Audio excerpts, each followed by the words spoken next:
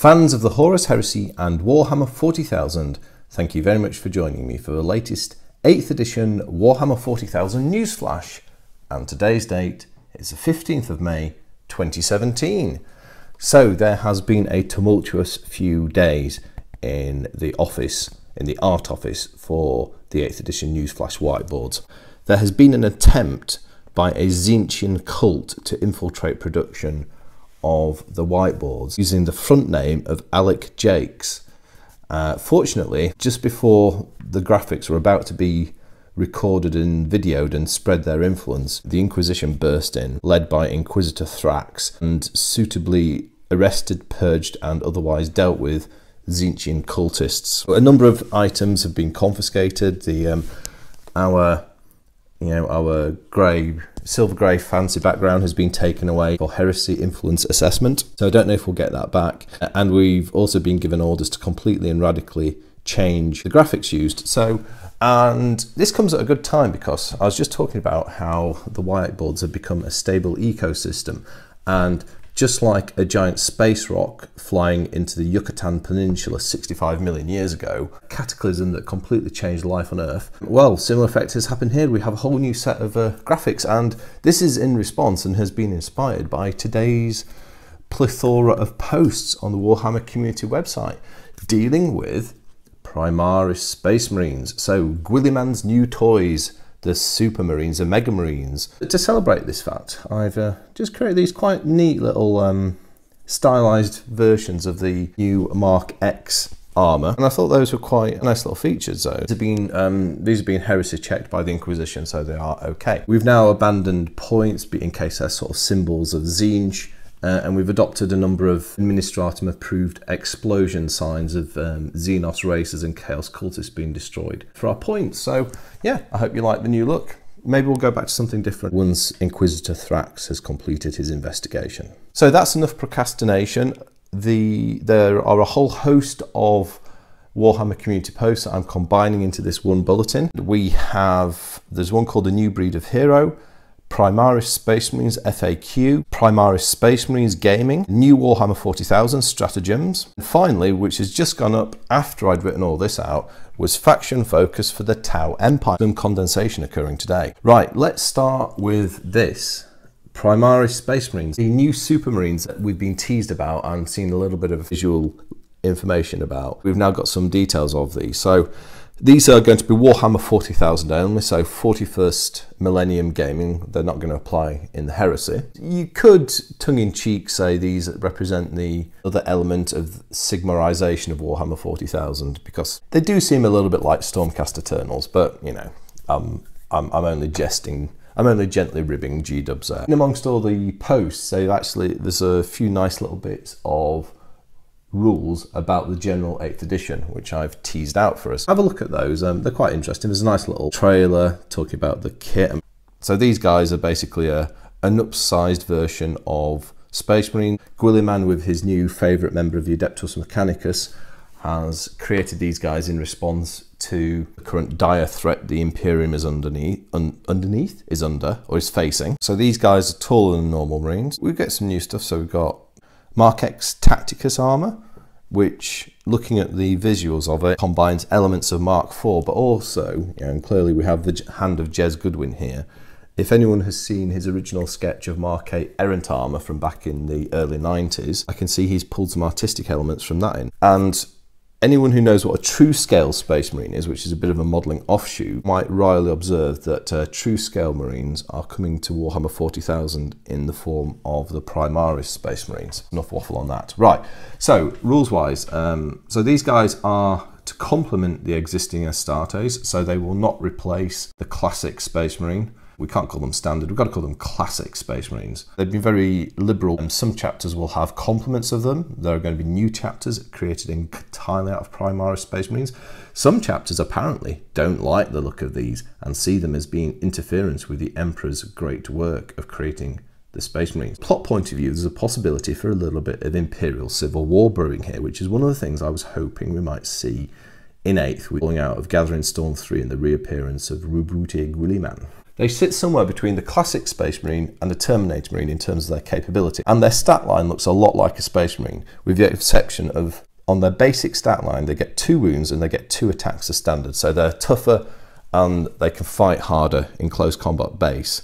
However, they still have a 3+ armor save. In other respects, are armed quite normally. Get a new weapon called Patton Mark II bolt rifle. It's like a souped up bolt gun, so it gets a range of 30, strength 4, AP -1 and rapid fire, so it's like a normal bolt gun with extra 6 inches of range and a -1 save modifier. It's going to make tactical Primaris Space Marines quite effective against vehicles. The stat card we get given is for what's called an intercessor squad, and these guys are like your tactical guys, and apparently as well as this intercessor squad, we're also going to get some other weapon variants. I hope we're going to get some more information on those. I mean, I guess if they stick with a classic Astartes approach, we're going to get something equivalent to Devastators, something equivalent to Assault Marines. Interestingly, Horus Heresy influence here, that these Primaris Marines are armed all with bolt rifles for the intercessor squad, so they're similar to Heresy era tactical Marines in that you have all bolters or all heavy weapons or all assault. I think from a stats point of view, these fit nicely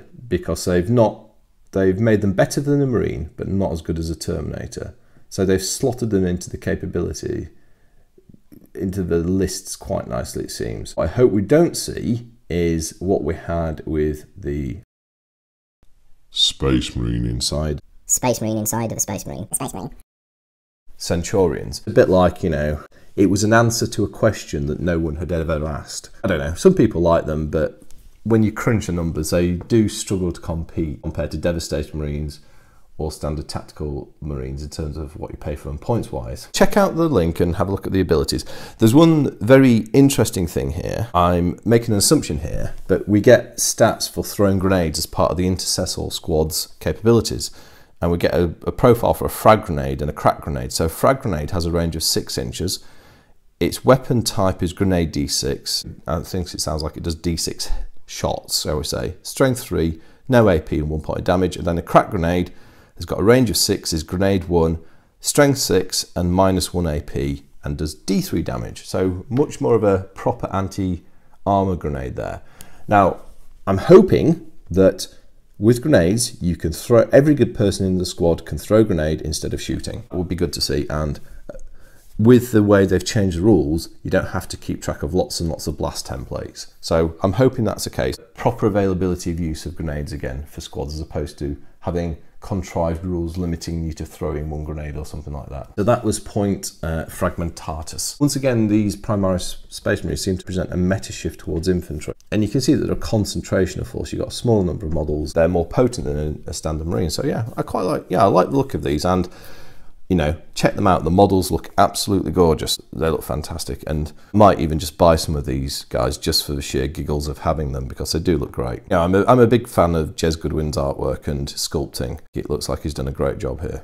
So yeah, that was Point Fragmentatus, and oh, do you like these? Because I didn't know even the point. So this would be Point Kablam. This is Point Nuke, or it could be Point Exterminatus here. This will be Point Lance Battery. I don't know. Point Fragmentatus, and now we're going to move on to the final point, which is Point Infernus, and we're going to talk about stratagems. So this was from the post on the 14th of May, and if we go to subpoint Dakar, right, so what are stratagems? Stratagems are the actual abilities that a battle forged army has. These are only available if you build a battle forged army, and the mechanic seems to be that you build a battle forged army, you get a number of CP or command points. You can then use these command points on various abilities. So if we move to Point Disintegrators, these require command points, and then there are various abilities. These seem to be actually very much as I hoped, what I speculated they'll be. And there's 3 abilities given. So the first example is command reroll. For spending 1 command point, you can reroll any single dice. So I think that's a really nice little ability. For 2 command points, there is the example counteroffensive. It allows you to interrupt the melee sequence. So immediately after an enemy unit who charged has fought, you can then interrupt the sequence of play. So I guess if there are 10 charging units and you want to interrupt at number 4, you can do with one of your units that hasn't charged. So it's kind of a way of breaking that cycle. And then the second example given, also costing 2 command points, is called Insane Bravery. And it says you can automatically pass a single morale test. You have to decide to spend it before taking a test at all. given that strike team you only had 1 command point, and for a battalion you only had 3, clearly you're not going to get loads of these, and they're quite modest abilities, but if you use them correctly, you can see them just tipping the game in your favour a little bit at a key moment. Well, it gives you a clear reason to build a battle-forged army. At the same time, if you choose not to do that, you don't appear to be given a huge handicap by not having them, and you're getting more variety in your troop choices, ignoring the battle-forged army structures. So just cheekily put up, as is often the case with the Tau, the faction focus article looking at the Tau Empire, which came up just a few minutes ago. I've just had a quick look through this to see if there's any interesting general rules that apply to the whole of the 8th edition as opposed to specific stuff for Tau. I mean, there's a couple of things. I mean, one of the things that I quite like the sound of is the rating effect on some of their units. So for example, their Storm Surge gun platform suit. Currently in the present rules, if you stand still, you can shoot all of its weapons twice a turn, which is just incredible firepower. However, now this is going to go to being a +1 to hit if you stay still, which sounds far better. So the other things in the Tau update states that certain units will have a rule that allows them to fall back from combat and still fire at full effect, which is neat. You can see that in the Heresy era being an ability that we will see on a number of units. And I guess the final other general bit of rule that gets mentioned is with regards to the unit stat sheet we get given for the MV71 sniper drones. And the point of interest here for general play is that it describes how the character sniping rules will work, and it's very straightforward in this instance. This is a bit like precision shots in the current edition, and it just very simply says for this long shot pulse rifle that the weapon may target a character even if it's not the closest enemy unit. Very straightforward, no faffing there. Unfortunately, Games Workshop's legal department have got their grubby little mitts on some of the faction nomenclature again and deemed that it's now necessary to have an apostrophe between the T and the A for the faction name of the Tau Empire, so I don't know how you're supposed to say that. I think perhaps we should start calling the Tau. The Tau. Tau. Tau. Tau. Tau. Tau. Tau. I think there's a lot of mocking to be had there on the insertion of that said apostrophe. Anyway, whatever that fancies, we know what they're called. They're called Tau, they're called Dark Eldar, they're called Imperial Guard. We all know that. I think that's everything I've got on this slightly eclectic, revolutionary and crazy Newsflash for 8th edition. Yeah, share your thoughts. What do you think of the new Primaris Space Marines? Do you think Guilliman's new toys look awesome, or do you think this is just another incident of Space Marines inside the Space Marines? And, you know, Flash Kits have just got some great new material for another satire video. What do you think about the rules that we've also gleaned out of this as well? Anything about other chaos cults that are trying to infiltrate these videos? I'll appreciate any tip-offs that you have. Please share your ideas in the comment section. Thank you very much for watching. I'll speak to you next time, and goodbye.